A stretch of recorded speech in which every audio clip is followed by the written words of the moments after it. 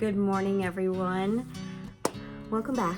Thought I'd hop on and give you an update. It's been a week now since I recorded the last video, and I actually was up early this morning, went to the chiropractor, went to the grocery store, was completely done by 7:20 a.m. So I went, the sun had just come up at like 7:05, I think, this morning. So I went down by the ocean. I recorded 2 videos, thinking I had it. I'd have a beautiful background for all of you. And I don't know if it was a Bluetooth thing. I shut my Bluetooth off for the second one, but I had no voice. So now you get me here at my desk instead. So what has gone on since I last recorded? Nothing new from a doctor standpoint.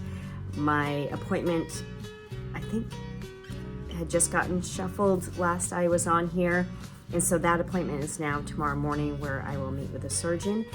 And I do think that this pause was good, because I was caught up prior to that in letting my, the next layer of the circle know, as far as my parents and my partner's parents. And I haven't told anybody really anything new since then, which has been a nice little calming effect. I did have one friend reach out to me from California, and so I shared with her, and I was glad I did. But for all extended family, for friends out there, I'm waiting till after this appointment to do that. So this was kind of like the calm before the next wave, and I think that was good. But it is interesting, human nature, in that because I'm not talking about it, I've been able to just kind of put it aside, and for good or for bad, and sometimes I forget that there's something going on here.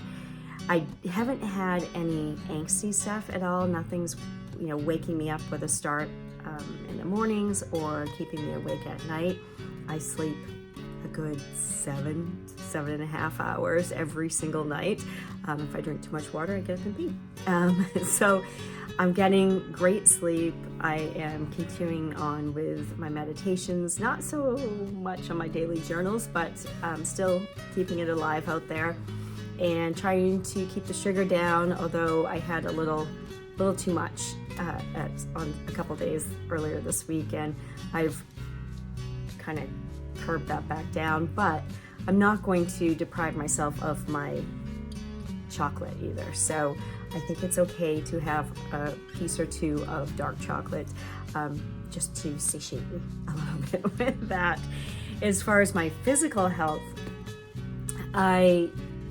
this was a little bit more tender, not sore by any means, but I was aware of it after the biopsy and them taking the samples. And I think it was because it was kind of at medium depth that they had to go in there.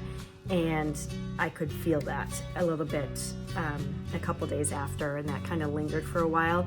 And then I pushed it a little too much. Before our most recent storm came in, I went outside because we'd had some yard stuff done, and I did a cleanup. So that was heavier stuff, and I put it all on a tarp, and I dragged it. And I stopped and looked at it and said, go get my son, or go get my partner.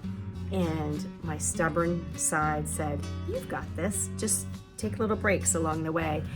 And I tried to dominate with my right hand, which I'm right-handed, so I wasn't pulling so much there. So I knew better. And I have to say, when I came in, I felt it. It wasn't sore, but it wasn't great either. Like it made me very aware that something had gone on there. And that made me a little sad for the first time, I'll say. So I iced it up and was good to go. What else have I done? I did start playing pickleball this week. So my chiropractor this morning pointed that out to me. He's like, what have you been doing? Did you shovel snow? I'm like, well, a little bit of snow. I said, but I used the blower more than anything, just to do a cleanup. I'm like, oh, I did drag some yard waste after I raked it up. Oh, I did play pickleball. So I think that's normal wear and tear. I have a bad back and whatnot. But anyway, aside from that, my other physical piece, and for those of you that may be in my age category, I will be 54 in a couple months. I am in perimenopause. And the day before, on Christmas Day, the day before I had the second mammogram and the ultrasound, I started my period. And after the mammogram and all that, like that weekend, it was like all faucets were turned on, and in duration it was 8 days. I had been 4 months without a period, and so part of me was like, oh good, now I can officially say goodbye to it, because it was a weird thing for anybody else that's going through this, that all of a sudden it just stops one day, and we've had our period for, you know, decades now, and it felt strange. So I'm like, oh, I get to say goodbye to it again. Maybe I needed this boost of estrogen. I needed my hormones to all be working, and it started again yesterday. So that's day 2. So I guess I'll be pushing 55 by the time I hit menopause, would be my guess. But who knows? Maybe this will keep going every month for a while. So anybody else that can relate to that out there, yeah, that's a ride in and of itself, isn't it? And I guess that's it. As far as boundaries, I'm sticking to my boundaries. People are very much so far respecting those. I probably came in a little strong and harsh, perhaps, but I guess better to be that way than not.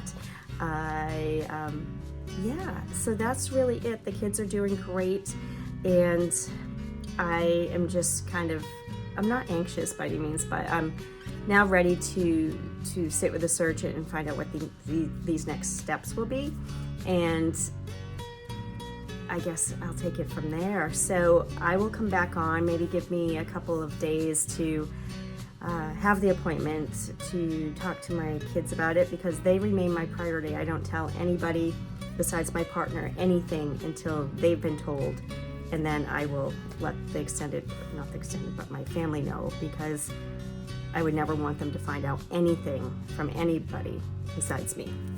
So that's my other kind of pro tip. I guess that's it. So I'll come back on and share once I've settled into what the next news will be. And thanks for caring. Thanks for joining me on this ride. And I will be back in a few days. Thanks so much.